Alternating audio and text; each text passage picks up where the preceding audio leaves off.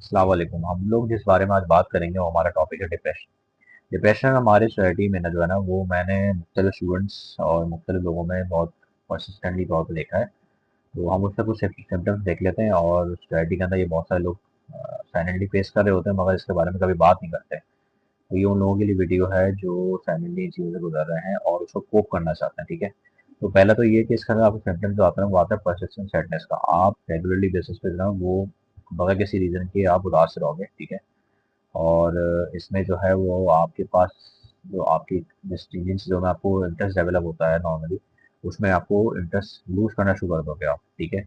Sleep आपकी जो नींद है वो काफ़ी ज़्यादा डिस्टर्ब होना शुरू हो जाएगी, फटीग आपको होना शुरू हो जाएगी, मतलब आपको चिड़चिड़ाहट होगी मुख्तलिफ कामों के अंदर ना जिसमें आपको नॉर्मली नहीं होती, ठीक है।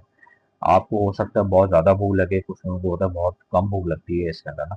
नींद का भी यही है कि कुछ लोगों को बहुत ज़्यादा नींद आती है, कुछ लोगों को बहुत कम नींद आती है। कॉग्निटिव डिफिकल्टीज में होता है ये कि जो नॉर्मल मेंटल बेरिंग काम होते हैं जैसे कैलकुलेशन या कुछ आप ऐसा काम करते हो कॉग्निटिव एबिलिटीज वाला, वो आपके उसको सॉल्व करने में या उस काम को परफॉर्म करने में आपको बहुत ज़्यादा डिफिकल्टीज फेस करना पड़ता है, ठीक है। बहुत सारे लोग जो है ना वो फीलिंग्स ऑफ वर्थलेसनेस भी फेस करते हैं जिसमें वो समझते हैं कि भाई वो कुछ भी नहीं है और एक सेल्फ कॉन्फिडेंस बिल्कुल ज़्यादा ही शटर हो जाता है, ठीक है। सुसाइडल थॉट्स अच्छे खासे आपको इसके अंदर जो है ना वो देखने को मिलेंगे और फिजिकल सिम्टम्स भी इसके अंदर हैं। मतलब कमर में दर्द हो गया या नॉर्मली आपको हेडेक रहना शुरू हो जाएगा, तो ये सारे फैक्टर्स जो है ना किसी पर्टिकुलर चीज़ को अकाउंट पर कर सकते हैं, इसमें डिप्रेशन भी आपके पास आता है, ठीक है। तो सबसे अच्छा जो सोल्यूशन आप कह सकते होगे जो बहुत इफेक्टिव है वो है जर्नलिंग। जर्नलिंग जर्नलिंग के फायदे ये कि आप करो सिंपल ये कि आप एक नोटबुक उठाओ, पर्सनल नोटबुक, और उसमें अपने जितने भी थॉट्स हैं ना वो सब वहाँ लिख दो, ठीक है।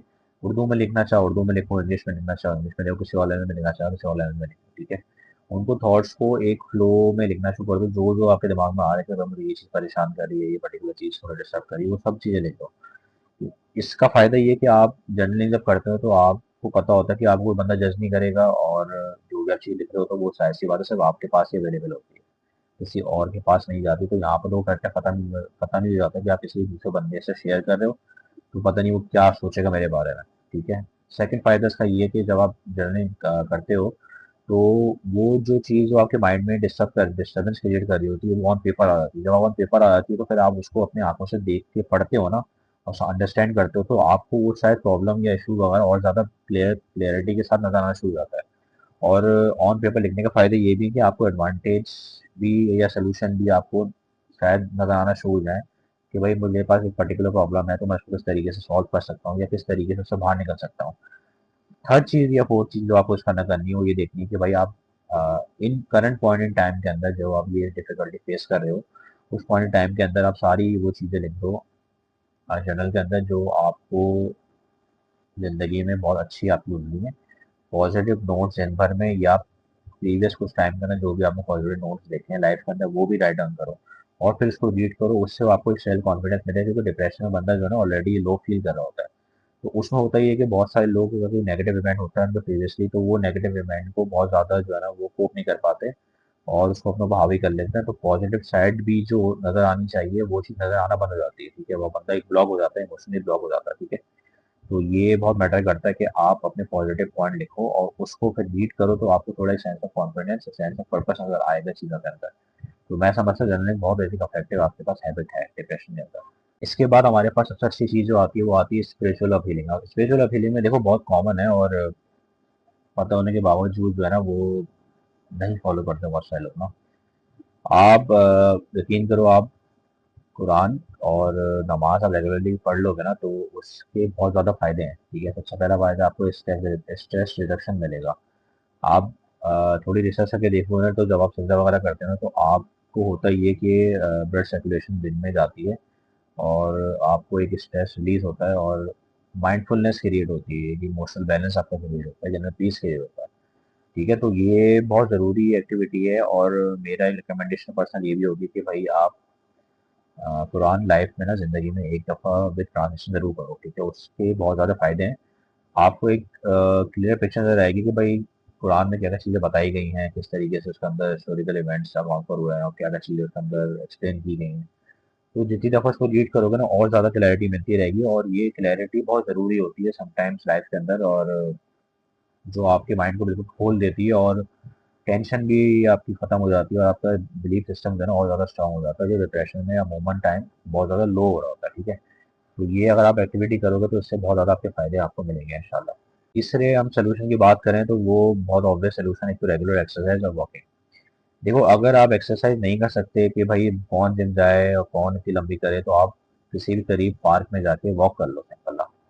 अगर आप 20 मिनट या 15 मिनट की भी वॉक करते हो तो मोड़ जाना होता है, ठीक है। मतलब बहुत अच्छे जो हैबिट है, क्योंकि नेचुरल इन्वायरमेंट में जब आप जाते हो और एक फ्रेश एयर आप ब्रीथ करते हो तो उससे बहुत फ़ायदा आपको पहुंचता है। अगर आप पूरे दिन घर में रहोगे तो उसके भी काफ़ी ज़्यादा नुकसान हैं। वॉकिंग की सबसे बड़ा फ़ायदा ये है कि आपके एंडोर्फिन्स क्रिएट होते हैं ब्रेन के अंदर, जो आपके मूड को अपलिफ्ट कर देते हैं नेचुरली तौर पे ना, ठीक है। तो वॉकिंग इसलिए भी ज़रूरी है, और फिर जैसे उसके अलग हेल्थ बेनिफिट अलग है कि आपको रात को फिर नींद भी जो है ना बहुत क्वालिटी वाली नींद आती है। एक होती है डिस्टर्बेंट वाली नींद। डिप्रेशन अमूमन ये होता है कि आप जब सो रहे होते हो तो आपका दिमाग में इतने थॉट्स आते हैं कि आप शायद, बॉडी तो सो रही होगी मगर आपका दिमाग जाग रहा होता है। तो फिर वो क्या करता है, रेस्टलेसनेस क्रिएट कर देता है, और आप या तो स्लीप डेप्रिवेशन क्रिएट हो जाती है या बहुत ज़्यादा सोते हो, ठीक है। तो ये 2 कैटेगरी हो सकती है। तो वॉकिंग से फ़ायदे ये होते हैं या एक्सरसाइज से फ़ायदे ये होते हैं कि आपके पास एंडोर्फिन जो क्रिएट होता है ना, उससे आपका मूड अपलिफ्ट हो जाता है।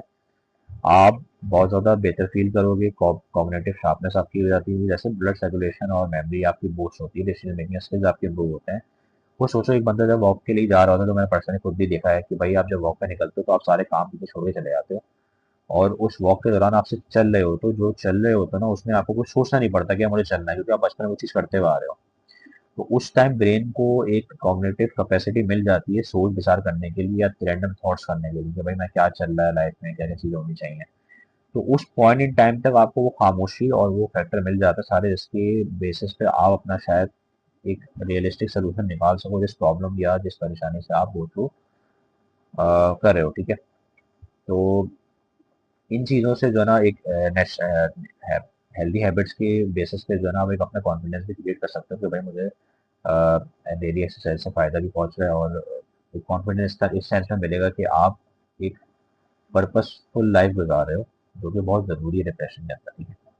एक और सबसे इम्पोर्टेंट जो आपके पास फैक्टर आता है वो आता है having support group, support system कह लो, सपोर्ट ग्रुप कह लो। इसमें जो है ना बहुत ज़रूरी है कि आपकी लाइफ में आपका एक दोस्त ऐसा ज़रूर होगा जिसको आप बिला झिझक कॉल मिला के अपने सारे मसले बता सकते हो। ये वो मसले होते हैं जो शायद अपने पेरेंट्स से भी आप शेयर करते हो, थोड़ा घबराओ कि या नहीं मैं बताऊंगा तो शायद हो सकता है कि वो मेरी बात को अंडरस्टैंड नहीं कर पाए। तो ऐसा दोस्त होना मेरे हिसाब से ज़िंदगी में बहुत बेहतर होता है कि आपके पास एक ऐसा दोस्त ज़रूर हो जिसके आप सारी चीज़ें शेयर कर सको खुल के, और वो आपको जज ना करे और आपको उसके बारे में लेक्चर ना करे, बस सिर्फ सुन ले। क्योंकि सिर्फ सुनने से जो है ना वो आपकी बहुत सारी चीज़ें जो है ना वो बेहतर हो सकती हैं। मतलब आपका दिल का जो आप हाल है वो आप शेयर कर सकते हो उस पर्टिकुलर दोस्त से। इससे आपकी स्ट्रेस रिडक्शन हो जाएगी, आप हैप्पीनेस बूस्ट अप मिलेगा, ठीक है। सेल्फ कॉन्फिडेंस काफ़ी अच्छा ज़्यादा आपने इम्प्रूव होगा, और एक एक होता है ना कि डिप्रेशन में लोग समझते हैं कि यार मैं अकेला रहूँगा, सोशल आइसोलेशन बहुत ज़्यादा लोग फॉल आउट हो जाता है उसके अंदर ना, आइसोलेट हो जाते हैं। मतलब वो अगर ग्रुप में भी बैठे होंगे तो जब भी वो आइसोलेशन फील कर रहे होंगे, तो ऐसे ऐसे फ्रेंड सर्कल में ना बैठना, ऐसे दोस्तों में बैठो जो आप एक बंदा हो मगर आपको वो पूरी अटेंशन, पूरी आपके साथ एंगेजमेंट के साथ बात करे, तफरीक करे, हंसी मजाक करे, तो ये बहुत ज़रूरी होता है, ठीक है। तो इस तरीके से जो है ना आप डिप्रेशन को जल्दी तरीके से आप बाहर आ सकते हो, ठीक है। और मैं कोई एक्सपर्ट नहीं हूँ चीज़ों में, मगर मैं इसलिए बता रहा हूँ कि ये जो फैक्टर्स है ना ये research base, back by research ना, ठीक है। नमाज और कुरान का तो आप उस पर बगैर किसी डाउट के आप रिसर्च अगर ना भी होना तो उस पर तो आप अंधा बिलीव आपको होना चाहिए कि भाई ये चीज़ें चीज़ें इम्प्रूव करती हैं, ठीक है। तो बेहतर है कि इन चीज़ों को देखो। अगर कोई प्रॉब्लम वॉब्लम होती है या कभी कोई सिम्टम्स ऐसा इसके अलावा आया हो जो उसमें शामिल नहीं हो, मुझे ज़रूर बताना, मुझे शेयर करना, ठीक है। तो इंशाल्लाह फिर इस पर हम बात करेंगे।